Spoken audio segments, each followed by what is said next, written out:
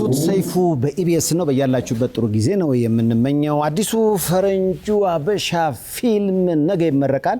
ከፊልሙ የተወሰነ ክፍል እስኪ አይተን እንመለስ።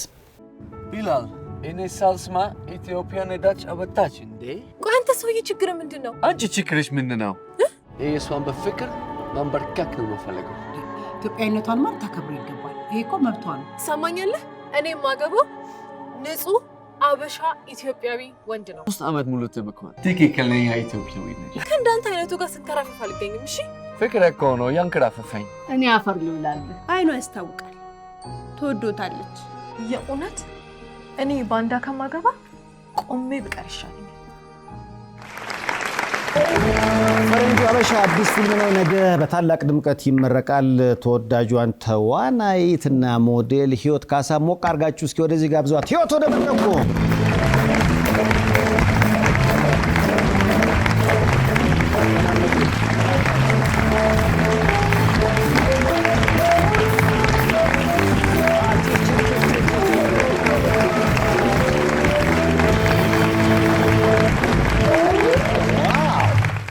ሰላም ነው?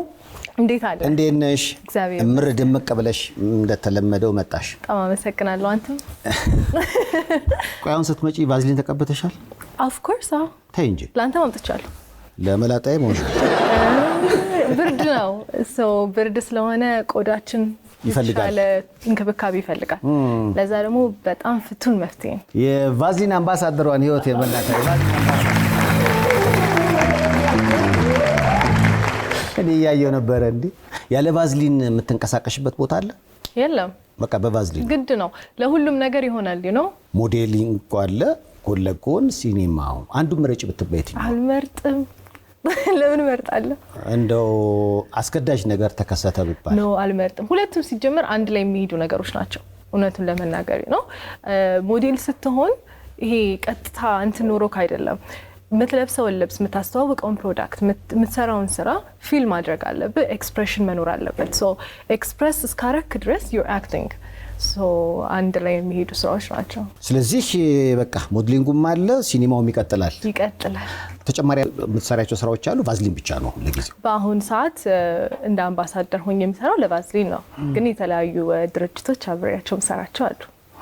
የሚገርማቸው የድሮ ፎቶዬን አሁን ሳየው እኔ በቃ የቫዝሊን አለመኖርን ነው የሚገልጸው ፎቶ እና የትውልድ እድለኛ ነው ለማለት ነው። ምክንያቱም ቫዝሊን በገፍ አለለት። ይኸው አመዳ በጊዜ ሂደት የቀረ አንድ ስድብ፣ በእኛ ላይ ብቻ የቀረ አንድ ስድብ፣ አንተ አመዳ እዚህ ድረስ ነው የተባልኩት። አለመኖሩ ነው እንዴ? በጣም የቆየ ብራንድ ነው እንደዚህ ብለህ። አይ በጊዜው እኛ ውድ ስለነበር። ዋው! ድሮን በልጅነትሽም ቫዝሊን ትቀቢ ነበር? አዎ እኔ በቫዝሊን ነው ያደግኩት። ክራውኑ ከድሮ ነው ማለት ነው? እንዴት ነው? አባቴ እንደ ፕሪንሰስ ነው ያሳደገኝ። ስለዛ ፎቶ ቤት ስንሄድ በቃ I'm always a princess to him። ይሄንን ፎቶ ተነሳ። ስለዚህ ጥሩ ተንበየዋላ። ከዛ በጊዜ ሂደት ደግሞ አንቺም እኮ በተመሳሳይ ውድድሮች ላይ ያሸነፍሽባቸው አጋጣሚዎች አሉ አይደል? የሚስ አርትስ ኢትዮጵያ ያን ያገናኘን ይሄ ማለት ነው። ትክክል። እዚሁ ላይ ቆመ ወይስ ያኔ ስናወራ ከዚህ በኋላ ሚስ ዩኒቨርስ ካልሆነ ብያን ነበረ። አሁን ግን ፌስ ኦፍ ኢትዮጵያ መጥቷል። የኢትዮጵያ የባህል ቱሪዝም አምባሳደር የምትመረጥበት ውድድር ነው። ከቆይታ በኋላ ተመልሼ መጥቻለሁ በቆንጅና ውድድር። ዋው! ልክ እንደ ምግብ ቤት ማለት ነው። በአዲስ መልክ ስራ ጀምራለች። ሁሌም ዓላማው ሀገርን ሪፕሬዘንት ማድረግ ነው። ይሄ የሚበልጣውን ያኔ ሚስ ዩኒቨርስ ነው የፈለኩት። ትልቁ ፕላትፎርም እሱ ስለነበረ ነው አይደለ? አሁን ደግሞ ይሄኛው የበለጠ የተሻለ ምክንያት ስለሆነ ተመልሼ መጥቻለሁ። አዲሱ ፈረንጁ አበሻ ፊልም እንግዲህ ነገ ነሐሴ 11 በአድዋ 00 በታላቅ ድምቀት ይመረቃል። ያው ፖስተሩን እያየው ነው። መሀል ላይ እንዲህ ብሎ አንድ ፈረንጅ ያለው ቀድም በአማርኛም አንቺ እንደወደደሽ ሲናገር ሰማሁ። እሺ አንቺም ባንዳማ አላገባም ነው የሆነ ነገር አለሽ። ምንድን ነው? ሶ ካራክተሪ ሚስ ኢትዮጵያ ነች። ኢትዮጵያዊነቷን በጣም አጥብቃ የምትወድ ካራክተር ነች። ግን ትንሽ የተደናገራት ሀሳብ አለ።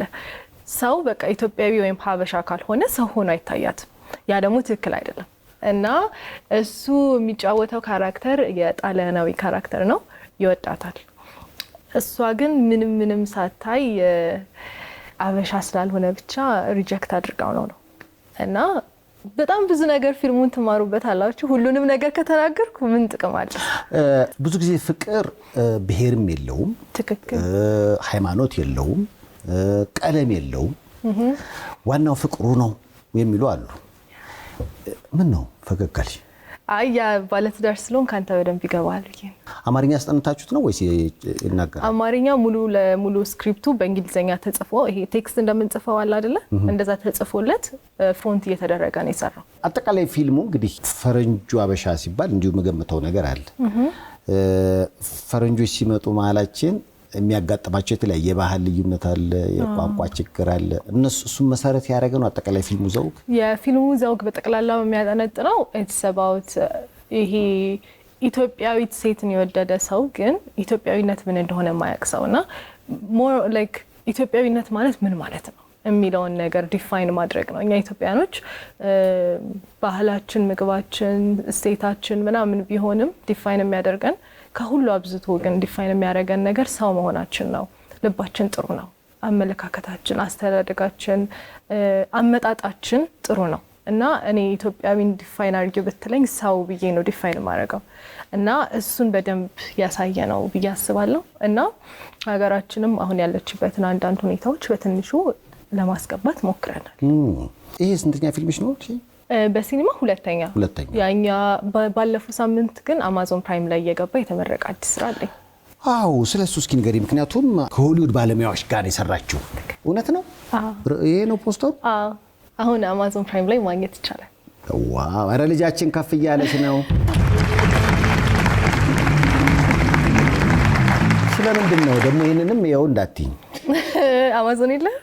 እኛ አማዞን በጫካ ነው የማውቀው። አማዞን ይብላ ሲባል እሺ። ይሄኛው ደግሞ በርትራንድ ይባላል። ዋና ካራክተሩን የተጫወተው ሰውዬ በጣም ታዋቂ ፖይት ነው ዓለም ላይ።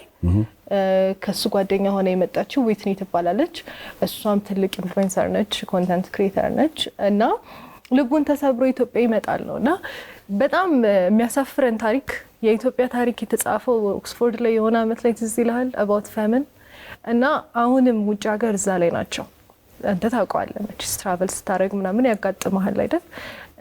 ምን ያህል እንደተለወጥን ችግር አለብን። ኦፍ ኮርስ ችግር አለብን። ችግር የሌለበት ሀገር የለም።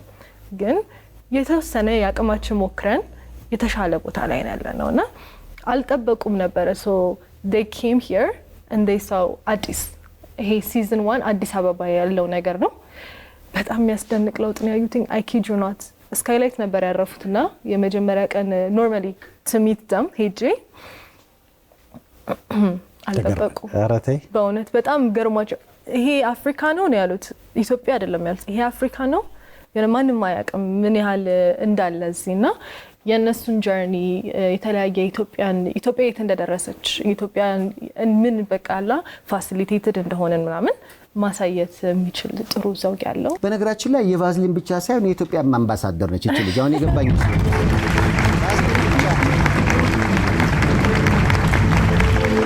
እንደውም እስኪ ወደ ኋላ ብመለስ ብዬ አሰብኩኝ። ትወና የጀመርሽበትን አጋጣሚ ታስታውሻለሽ?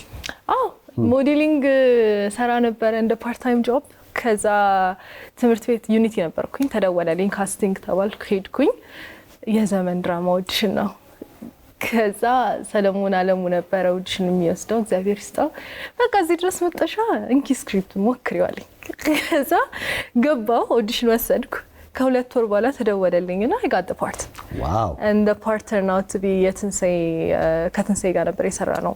እዛ ከፊርሜ ጋር ሆነው ምናምን ያለችው አሲናለች ግብግባ እሱን ሲን ሰራው። ስለዚህ አሁንም ከዘመናት በኋላ እንደገና ከትንሳኤ ጋር ተገናኛችሁ? አዎ፣ ይሄው ፊልም ላይም ተገናኘን። ከዘመን በኋላ እሱም ራሱ ከአመታት በኋላ ነው የመጣው? ከ6 አመት ምናምን በኋላ። አንቺም እንደዛ? ከረጅም አመት በኋላ። እኔም ረጅም ጊዜ አልተማርኩም።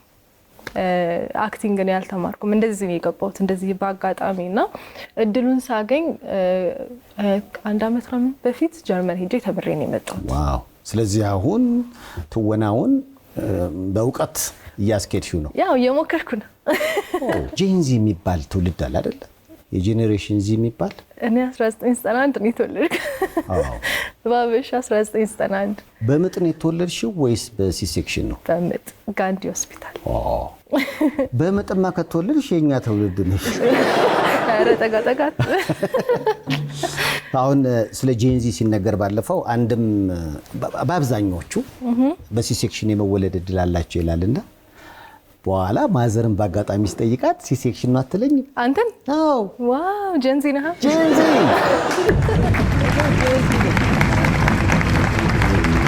እኔ አሁን ታዲያ ክሎክ ትላለህ? ትንሽ አንድ ትውልድ ውስጥ አለሁበት ለማለት ነው። እሺ። በጣም ተወጁ ምግብ ምንድነው? ሽሮ። ሽሮ አጥናቂ ነሽ? ሽሮና ጎመን በጣም ነው። ሽሮን እወዳለሁ ማለት ይከብዳል እኮ። ለምን? በቃ አሁን ለምሳሌ አዳም እንዴት ሔዋንን እጠላታለሁ ይላል።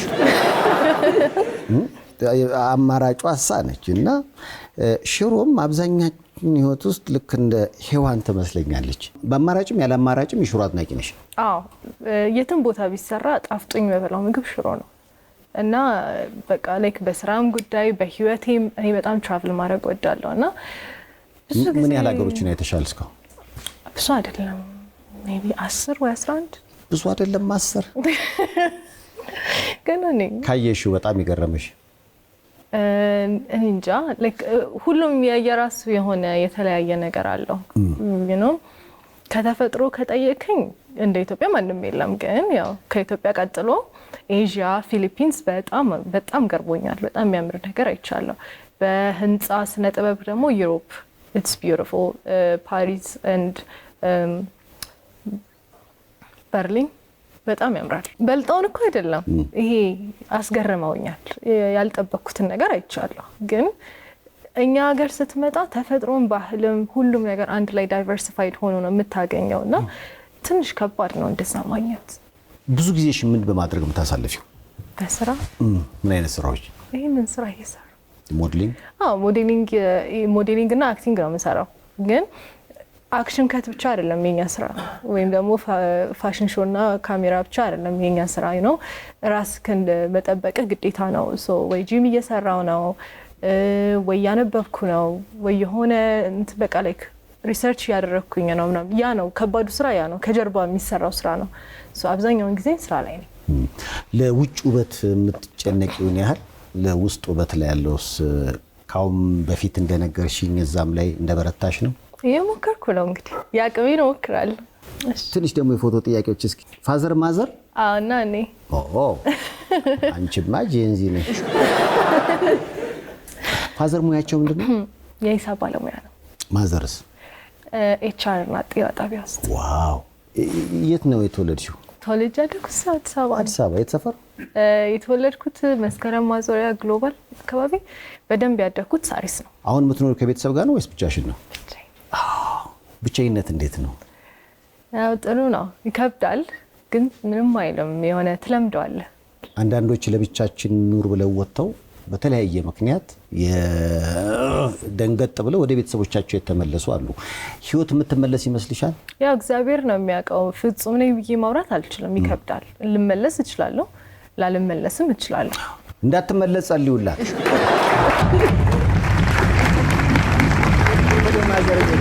ወደ ማዘር ቤትማ እንዳትመንዴ። እስኪ ቀጣይ የፎቶ ጥያቄ ጥሞኛል። that's my mom ሲመረቁ ማዘር? she has a master's degree በቢዝነስ አድሚኒስትሬሽን። ዋው ደስ ሲል። በጣም ትክክለኛ ምሳሌ ናት የጥንካሬ። ምንድነው ጥንካሬያቸው በተለየ? እንዴት መሰለ ልታስለቅሰኝ መሰለኝ እንዴ? እሺ ስለ እናትሽ ስታስቢ እንትን ነው የፈለገችውን ነገር ከማድረግ ወደ ኋላ አትልም እና የተመረቀችው እንዳየከኝ በጣም ትልቅ ሆኜ ነው። እኔና እሷ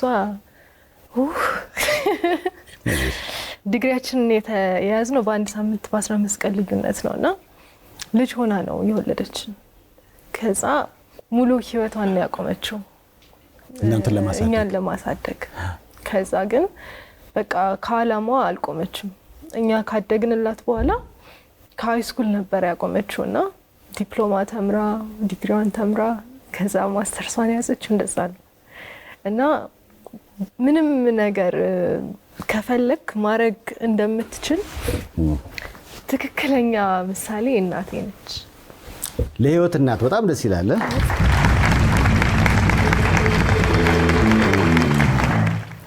ምክንያቱም በልጅነታቸው አገቡ ወለዱ ከዛ በኋላ ትምህርታቸውን አቆሙ ከዛ ግን እናንተን ማሳደግ ማስተማር ኃላፊነት ላይ ተጠመዱ ከዛ እናንተን ለቁም ነገር አበቁና ልክ እናንተ ትልቅ ስትሆኑ እሳቸውም ወደ ትምህርት ቤት ሄዱ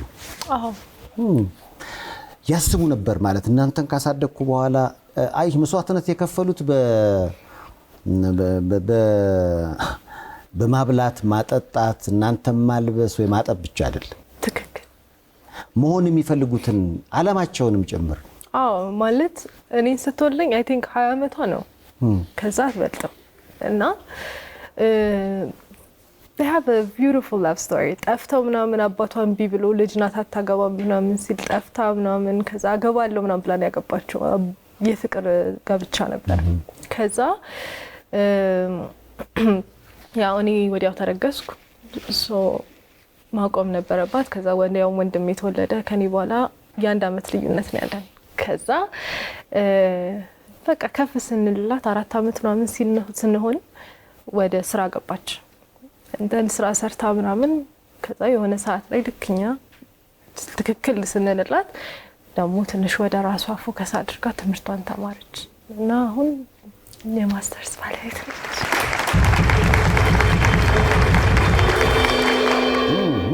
ፋስት ፔይ ኢቲ በመላው ዓለም ላሉ ኢትዮጵያውያን ቀለል ባለ መንገድ ገንዘብ የመላኪያ ዘዴ ፋስት ፔይ ኢቲ ብለው ከፕሌይ ስቶር አሊያም ከአፕ ስቶር ያውርዱ ፋስት ፔይ ኢቲ ከዚያም ክሬዲት ካርድ ወይንም ከዴቢት ካርድ የፈለጉትን የገንዘብ መጠን ካሉበት ሀገር ሆነው ኢትዮጵያ ላሉ ወገኖ በፈለጉት ባንክ መላክ ይችላሉ ፋስት ፔይ ኢቲ በአሜሪካና በኢትዮጵያ መንግስት ህጋዊ ሰውነት ያለው ፋስት ፔይ ኢቲ በዕለቱ ምንዛሪ ገንዘቦ ያለ ውጣ ውረድ ከስልኮ ላይ የሚልኩበት ፈጣን የገንዘብ መላኪያ ፋስት ፔይ ኢቲ የፈለጉትን ገንዘብ መጠን ያለ ገደብ ለመላክ አሁን የሁሉም ምርጫ ፋስት ፔይ ኢቲ ነው ፋስት ፔይ ኢቲ ፋስት ፔይ ኢቲ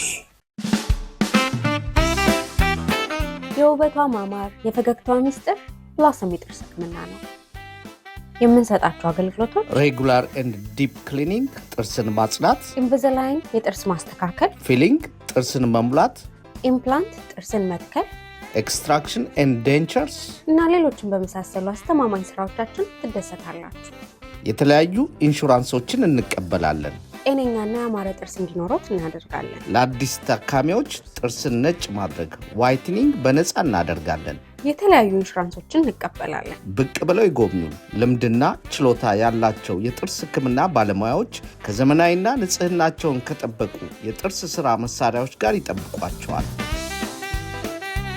ብላሰም የጥርስ ህክምና ሁሉንም አይነት ሰርቪስ ማግኘት ትችላላችሁ ብላሰም ስማይል በውድ ብሪጅ ኤንድ ለወርተን ለምትገኙ ለሁሉም ሀበሻ ኮሚኒቲ ብላሰም ስማይል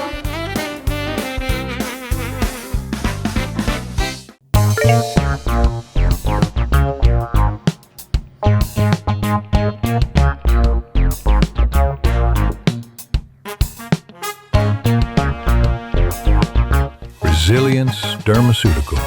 Luxury rooted in care. ስለዚህ ንገሪኝ ህይወት ምንድነው ቮግ ላይ ወጣናል እንዴ እታችን ቮግ ላይ ወጣለች ቮግ ትልቅ መጽሔት ነው የፋሽን መጽሔት ነው እንዴት እድሉን አገኘሽው So Hub of Africa Fashion Week የሚባል ፋሽን ሾው አለ ኢትዮጵያ ውስጥ የሚዘጋጅ it's the biggest fashion show ኢትዮጵያ ውስጥ እዛ ላይ ወክ ያረጋለሁኝ በጣም ረጅም አመት ወክ አድርጌያለሁ and this year and recycle የሆነ ሪሳይክል ማድረግ ጥሩ ነው ያው ለኢንቫይሮንመንት እንደምታውቀው አሁን ኢንቫይሮንመንታችን ክራይሲስ ውስጥ ነች so one of the recycle collection የሜቲ ነበር and እኔና ሪች we made it to Vogue wow አሁን እኮ በቃ ለሲቪሽ እንዴት አሪፍ እንደሆነ ምክንያቱም እኔ አላቀም የፋሽን ዓለም ግን ቮግ ላይ መውጣት እንደ ቢግ ዲል It's a big deal. It's a big deal. Even በጣም like ይሄ ከቨር አይደለም በርግጥ ከቨሩ በጣም it's a huge deal. ከቨሩ ላይ እኛ ነን ገና ነን ምን ያንሳል ያስቀያሚ ሲጀምር ነው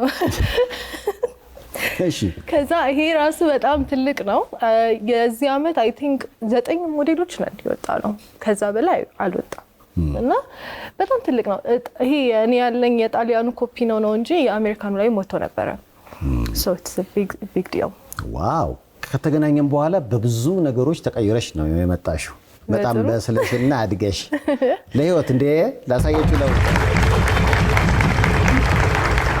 ዋው ብዙ ጊዜ በእንደዚህ አይነት ሙያ ላይ መጠመድ ለራስ ጊዜ አያሰጥም ይባላል ምክንያቱም የምትኖሪው የምትንቀመናን ሰው በቃ ለሰው ለመታየት አይነት ነገር ነውና ራስ ማድመጥ አላውን ግድ ነው one thing about my job ምን ሪኳየር ያደርጋል self awareness ግዴታ ነው እና ከበቃ አብዛኛው ነገር ጭንቅላት ውስጥ ነው ያለው ምክንያቱም በጣም ብዙ ሪጀክሽን አለ በጣም ብዙ ሪጀክሽን ስላለ እኔ ይሄ ነኝ ብለህ ራስህን ዲፋይን መጀመሪያ ካላደረክ በጣም ከባድ ነው ሀስሉን አትችለውም ግዴታ ነው ለራስ ጊዜ መስጠት ጥሞና አለ ግድ ነው ስፖርት ያስደስትሻል አዎ መስራት ማየት ማለት አንተ ነው እስኪ መስራትን እስኪ እንስማው ኪክ ቦክሲንግ ወጣለሁ ኧረ ተይ ደስ ይለኛል ሰው መምታት ነው ደስ የሚልሽ ያላኩ ሰው ማልመታም ግን አንደኛ በጣም ጥሩ ካርዲዮ ነው እኔ ካርዲዮ አልወደም ግን እሱ ካርዲዮ እንደሆነ ሳታውቀው የምትሰራው ካርዲዮ ነው and ጭንቅላትክን ፍሪ ያደርገዋል if you have anything going on ጭንቅላትክ ውስጥ በቃ ታወጣዋለህ እዛጋ እግዚአብሔር ሁለተኛ እድል ሰጠኝ የምትዩ አጋጣሚ አለ ማለት ከአደጋ ይሰወረሽ ከህመም ሊሆን ይችላል ለኔ እግዚአብሔር ሁሌም ጥሩ ነው እንደዛ ብዬ በተቀልለው ጥሩ ነው ግን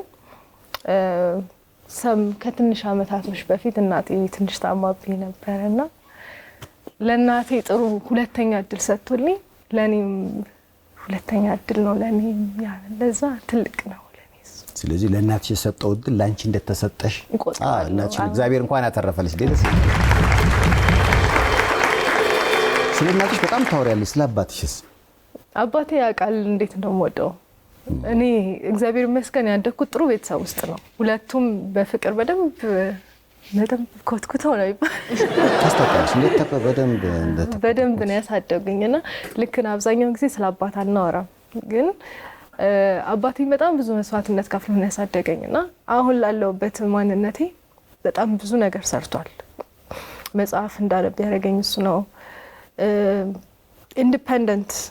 ኢንዲፔንደንት የሆነች ሴት እንደሆነ አድርጎ ያሳደገኝ እሱ ነው ኢቭን ለናቴ ትንሽ ኢትዮጵያ ውስጥ የተለመደ ትንሽ ችግር አለ አይደል ወንድ ብሬድ ዊነር የሆነና ሴት ልጅ ቤት ቁጭ በይ ምናምን ይባላል ግን እኩል እሷም እንድትሰራ እንድትማር ከጎኗ ሆኖ እያገዘ ትክክለኛ ወንድ ምን አይነት እንደሆነ ያሳየኝ አባቴ ነው የወንድ ምሳሌ ሆኖ ማለት ነው በሳለፍነው ሳምንት ቬሮኒካ የተናገረችው አንተ ነገር ነበር ቬሮኒካ ዳነ እና እኔ የሀብታም ሚስት ለመሆን ሳይሆን ሀብታም ለመሆን ነው የማስበው ብላለች ትክክል ትጋሪያታለሽ በጣም ሀብታም ሚስት መሆን እየቻልክ ለምን የሀብታም ሚስት ትሆናለህ ሀብታም ሚስት መሆን ይቻላል ተሰርቶ ማለት ነው ኦፍ ኮርስ አዎ ማለት ቀላል አይደለም ግን አይ ዶንት ቲንክ ቁጭ ብሎ መብላትም ቀላል ነው ብዬ አላስብም እና በጣም ያለፋል በቃ መስራት አለብን ትንሽ አመት ነው ዓለም ላይ የምንኖረው ትንሽ ናት በጣም ትንሽ ናት እና አልቅም ቁጭ ብለህ ቀኑ አልቅም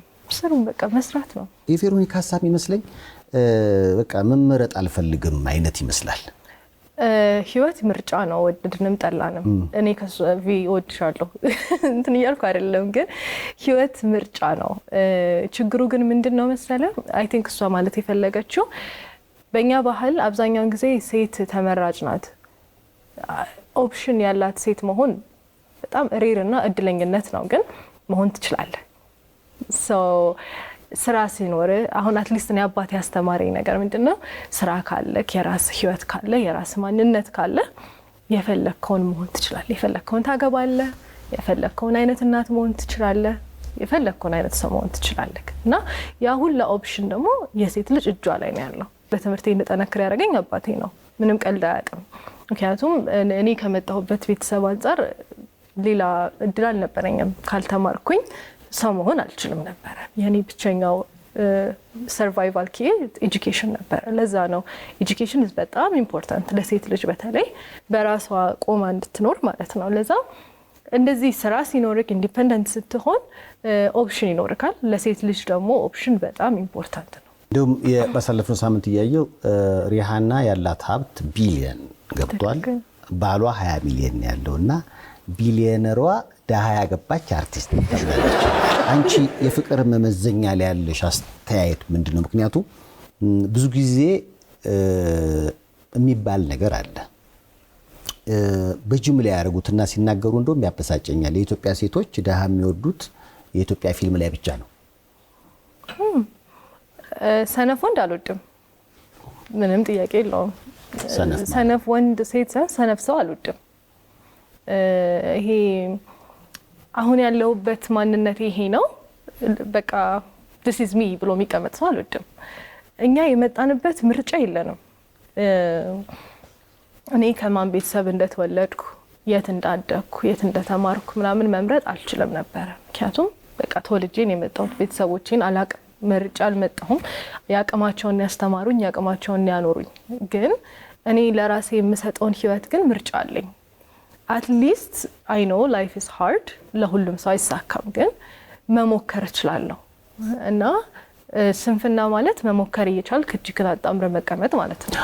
ድህነት ከስንፍና ብቻ አይመጣም። ከምን ሊመጣ ይችላል? ድህነት አንዳንዴ ህይወት እድል ይፈልጋል ብለው የሚያስቡ ሰዎች አሉ። አሁን ያላቸውን ነገር ኃይል በቃ ተጠቅመው የሚሰሩ ግን ደግሞ ህይወት ፈቅ ያላለላቸው ሰዎች አጋጥሞሽ አያውቁም? አለ። እንደዚህ አይነት ሰው አሁን ለምሳሌ ትዳር አማራጭ ላይ ቢቀርብ የህይወት እኔ እድል ላይ በምን አምናለሁ መሰለህ? አሁን እድል ማለት ፕሪፓሬሽን ሚትስ ኦፖርቹኒቲ ነው። አንተ ለፍተህ ያ ኦፖርቹኒቲ ሲመጣ ያ ነው እድል። ለኔ እንትን ይሄ አጋጣሚና ጥረትህ ሲገጣጠም ነው እድል ማለት።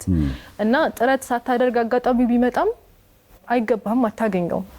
ስለ ፍቅር አጋር ስታስቢ ለምሳሌ ፍቅር አጋርሽ ሊሆን የሚችለው ሰው ምን አይነት ይመስልሻል? ያው እግዚአብሔር የፈቀደው ሰውዬ እና ሰነፍ ያልሆነ የሚወደኝ የሚያከብረኝ። ህይወት ሰነፍ አትወድም። በቃ ይሄ ነው ዋናው። ሰነፍ ግን ሊወደድ ሁሉ እኮ አይችልም። ከባድ ነው አይደል? ሰነፍን መውደድ አይታወቅም። ቆሎም አትወጂም? ኤልሳ ቆሎ ወዳለሁ። ከቆሎ እንኳን ሰነፍ አትወድም ነገር ኤልሳ። ያው እንግዲህ አዲሱ ፈረንጅ አበሻ ፊልም ነገ ሰኞ ነሐሴ 11 በአድዋ 00 ይመረቃል። ሀሳቡ በጣም ለየት ያለ ነው። ይህንን ፊልም እንድታዩ ከምርቃቱ በኋላ ባሉት የግል ሲኒማ ቤቶች ደግሞ ይታያልና ይሁልኝ እያልሽ ነው? ይሁልኝ በደንብ ነው የተለፋበት። እንዳልኩ ዋና ካራክተሩን የተጫወተው ልጅ አማርኛ አይችልም። የእሱ ልፋት ለራሱ በጣም ቁጥር ቃላት አይገልጸውም። ስለዛ ፕሮዳክሽኑ ላይም ኤርሚም እንግዲህ እሱን ዳይሬክት ሲያደርግ እኛንም ዳይሬክት ሲያደርግ በ20 ቀን መጨረስ መቅረጹ ነው 20 ቀን የፈጀው። ባይዘው ፖስት ፕሮዳክሽን እና ፕሪ ፕሮዳክሽን በጣም ረጅም ጊዜ ፈጅቷል ኦብቪየስሊ። እና እሱ ለራሱ በጣም ሀስላለሁ። ያው እንግዲህ ከመለያየታችን በፊት ያው ደርቅ እንዳይል እሱም ቀንጃን 10% በሉሲ ቲቪ አማካኝነት ሲታይ ሙዳይ አበርክቷል ገቢውንና እንደ ጌም ነገር እንደ ጨዋታ ነገር ብንጫወት ቸሬ ሞቅ አድርገን እንቀበል። ወደዚህ ቸሬ እስኪምጣ። ቸሬ ወደ መድረኩ እስኪ በድጋሚ ግባ።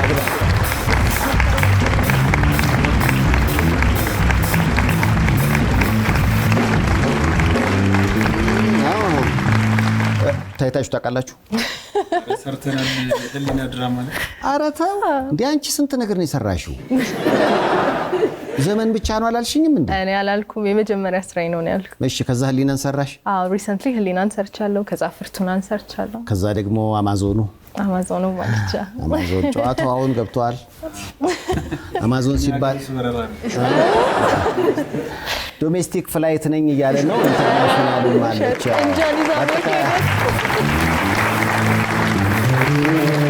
አይዞ አንድ ላይ ኢንተርናሽናል እንሆናለን። ቀንጃን ይዞ አውሮፓም አሜሪካም ደርሶ ነው የመጣው። እሱ ፕላትፎርሙን ነው መደጋገፍ ጀመራችሁ። አሜሪካ እኮ ታይቷል አይደል? አሜሪካ ፊልም ኢንስቲትዩሽን ላይ ሲኒማ ቤት ውስጥ ብዙ ጊዜ ቅድም ስንል ነበር። አሁን ሲኒማው ወደ በቃ ሰው በየቤቱ ከቤት አይወጣም። እኔ አሜሪካን ሀገር አንድ ሁለት ወዳጆቼ ዶርዳሽ ነው ምናምን የሚባል ነገር ይሰራሉ። ይሄ ምግብ በየቤቱ ማድረስ እና ጠየቅኳቸው ምንድን ነው ምናምን ስላቸው የአሜሪካን ሕዝብ ከኮሮና በኋላ ቤት መመገብ በወጪም በጊዜም አሁን ወደ ሆነ ምግብ ቤት ስትሄዳሉ ነዳጅ ይጠፋል፣ ጊዜ ይጠፋል፣ ምናምን ይጠፋልና ቤታቸው ቁጭ ብለው ምግቡን ያመጡታል። አንድም ምግቡን ይዞ ለሚመጣው ሰውዬ ስራ ይፈጠራል። ሁለት ምግቡ እስኪመጣ እነሱ ስራቸውን ይሰራሉ። ብዙ ጥቅም አለው አሉና አስረዱኝ ማለት ነውና ሲኒማውም እንደዛ ነው። ቁጭ ስለሚሉ ፊልም ያያሉ እና ሲኒማ ቤቶቻቸው እኔም አይቻለሁ። ስፓይደርማን በተባለው ፊልም ትንሽ ሞቅ ሞቅ አለ እንጂ ከዛ ፊት ቀዝቃዛ ነበር። ለማንኛውም እስኪ ለደህና ነገር አልመጣም። በነገራችን ለደህና ነገር አልመጣም። ይኸውላችሁ ብዙ ጌሞችን ተጫውተናል በዚህ ፕሮግራም ላይ እና የዛሬው ካሁን በፊት የዛሬ 4 ዓመት ተጫውተ ነው እንደገና ፕሮዲውሰሮቹ እስኪመለስ ብለው ነው ጨዋታውን። ምንድነው ከሁለት አስቀያሚ ነገር አንዱን አስቀያሚ መምረጥ ነው። ቀለል ላድርገው። ጥርሳችሁን ከሚያማችሁና አይናችሁን ከሚያማችሁ በሽታ መረጡ ቢባል ኢየሱስ እኔ ጥርስ መምን አውቀዋለሁ፣ በጣም ይከብዳል። ስለዚህ አይን ይሁንልሽ። አልፈልግም። በምን ያለው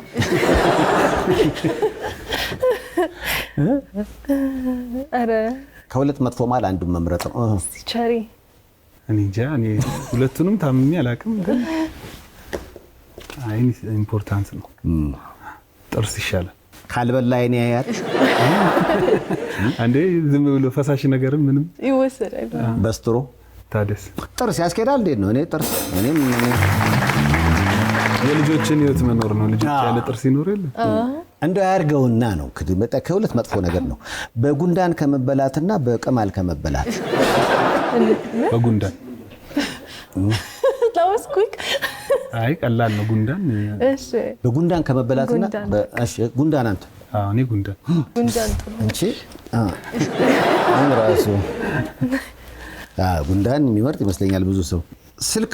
ስልካችሁ ከሚሰበርና ቴሌቪዥናችሁ ከሚሰበር ቲቪ እንዴ? አሁን ላይ የስልክ ዋጋ ይወደዳል። ቲቪ እኔ ብዙ ነገር ስልኬ ላይ ነው የምሰራው። ስለዛ ቲቪ ቢሰበር አይ ዶንት ማይንድ። እኔ ከዋጋውም አንፃር ስልክ ደግሞ ያው ለስራም ኢምፖርታንት ነው። ሶሻል ሚዲያው ስራችንም እዛ ላይ ነው ያለው። ግን እኮ ቲቪውን ሸጠው ለስልክ መግዛት አትችልም። የስልክ ዋጋ ስልኩን ሸጠን ሁለት ቲቪ መገዛው እንጂ ቲቪው ምንድን ነው? ቆይ እኔ እኮ የማስበው በጣም ውድ የሆነ ቴሌቪዥን እናንተ ቤት ቲቪ እናንተ ቤት ያለው አሁን እጃችን ላይ ያለው ነገር ነው። ውሻ አባሮ ከሚሸናባችሁና በመኪናዋ ከምትረጩ መኪና ይርጨኝ። አዎ ቀላል ነው እንዴ? የመኪና ይሻላል መሰለኝ። ኧረ ተው እንዴ ፈርቼ ሮጬ ከዛ በኋላ ደግሞ ይሻላል። በቀደማውን አንዱ ሲረጫየው ረጭቶ ሄደ። በቃ ግን 1500 ብር ያስቀጣል። ጥሩ ህግ ለልጁ ቢሆን በካሽ የሚሰጠው ለተረጨው ሰጠልን እያለ ነው የተረጨው።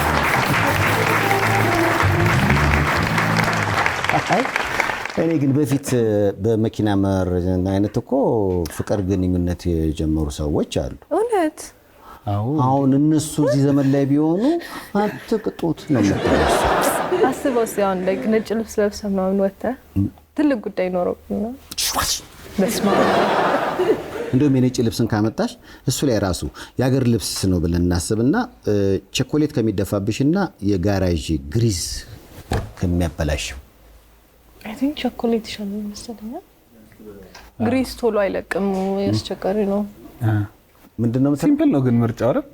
አረ ቀለለክ አዎ ምን ቸኮሌት ልብስ አጥበህ ታውቃለች? አላውቅም። ለዛ ነው። ከራስ ምታትና ከሆድ ቁርጠት ሆድ ቁርጠት እኔ ሁሌ ራሴን ያመኛል። ተይ እንጂ ማይግሬን አለብሽ?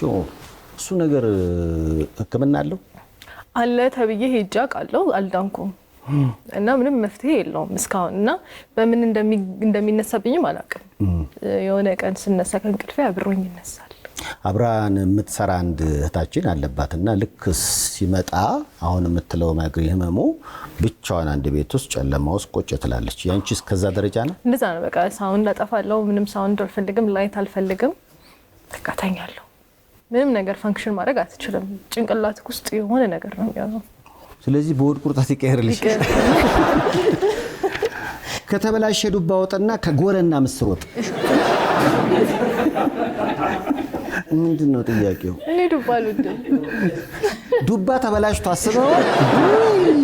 እኔ ሁለቱንም ቼክ አድርጌው አላውቅም፣ ግን ዱባ ስለማልወድ ዱባ ይቅርብኝ። እኔ ዱባ አልወድም፣ ግን አሰራሩ ነው ይባላል ዱባ። እኔ አልወድም። ለምን ጠይቃችሁኝ? ተያሰሰልሽ። ስለዚህ የትኛውን የጎረና ምስር ወጡ ይሆንልሻል? አምጡላ። ያው እንግዲህ ሁለታችሁም ጥሪ ማቅረብ ትችላላችሁ። ምክንያቱም የተገናኘነው አንድም ፊልሞቻችሁን ለማስተዋወቅ ስለሆነ ያው የኔ እስካሁን ሉሲ ቲቪ ስንል ቲቪ ላይ እንዳይመስላችሁ አፕሊኬሽን ነው። ዳውንሎድ ከፕሌይ ስቶር እና ከአፕ ስቶር ላይ ዳውንሎድ አድርጋችሁ ቀንጃ ፊልምን በቤታችሁ ማየት ትችላላችሁ። በማየታችሁ ደግሞ ለሙዳይ በጎ አድራጎት 10%ን ሰፖርት እያደረጋችሁ እንደሆነ አስቡት። አመሰግናለሁ ሰፊ። አንዳችሁን ማለት እንደውም እዚህ ጋር እንደ ሐሳብ ሙሉ ዓለም ያለው ነገር ሁሉ ትዝ ይለኛል። የኢትዮጵያ ሲኒማ ለሴትና ለወንድ ታምኑበታላችሁ? ምን አለ? የኢትዮጵያ ሲኒማ ሴቶችን ያበላል፣ ወንዶችን ይበላል። ትንሽ ኤክስፒሪየንስ አለ። እንዴት ነው? በልተሃል ወይስ አይ ዲፔንድ እንደ እንትኑ ነው፣ እንደ ድካም ነው ብዬ አስባለሁ። እንዳልኩ ነው ቅድም አልተጠቀምንበትም። ብዙ ነገራችን ባህላዊ ነው። መዘመን መሻሻል አልቻልንም። አብሶ ወንድ አርቲስቶች እኛ መሸጥ ይቀለናል። አሁን ለምሳሌ ቢዝነሶችን ምናምን ከሌላው ማህበረሰብ በተለየ እኛ እድላለን ለመሸጥ ቢዝነሶች ላይ ብንገባ ማለት ነው።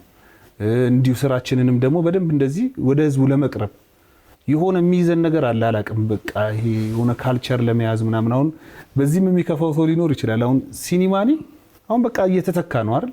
መተካተኛ ማብዴት ማድረግ አለብን ብዬ አስባለሁ። እሱን ካደረግን ለወንዱም አብዛኛው ወንዱ ስለሆነ እየሰራ ያለው አክቲቭሊ ያበላል ብዬ አስባለሁ። ሲኒማ ያው እንግዲህ እሺ መጀመሪያ መልእክቴን ለማስተላለፍ ያህል የሰራነውን ስራ ባካችሁ ገብታችሁ ይልን። ምክንያቱም ያው ቸሪዬ እንዳለው አይኖ ከቤታችሁ ከኮንፈርት ዞናችሁ ቁጭ ብላችሁ ማየት ይቀላል። ነገር ግን ስፔሻሊ እኛ ሀገር ሲኒማ ስትገቡ እኛን ሰፖርት እንደምታረጉት ድካማችንን ነው አክኖሌጅ የምታረጉት። እኛ ደግሞ የምንሰራውም የምንደክመውም እናንተ እንድታዩልን ነው። የእናንተን አስተያየት ነው ነገ የተሻለ ነገር እንድንሰራ የሚያበረታታን፣ የሚያስቀይረን፣ ኢንዱስትሪውን የሚያሳድገው የእናንተ ሁኔታ ነውና ፊልማችንን እዩልን። በሁለቱም ማየት ጥሩ ነው። አሁን ሲኒማ ቤት ማየት አብሮ ጊዜ ለማሳለፍ እድል ያመቻቻል። ስሞል ቢዝነስ እዛ አካባቢ ለምሳሌ ፖፕኮርን የሚሸጡ ምናምን ለነሱም ስራ እድል ይፈጠራል። እሱ ብቻ ሳይሆን ሲኒማ ማየት በራሱ ደግሞ ጥቅም ነው።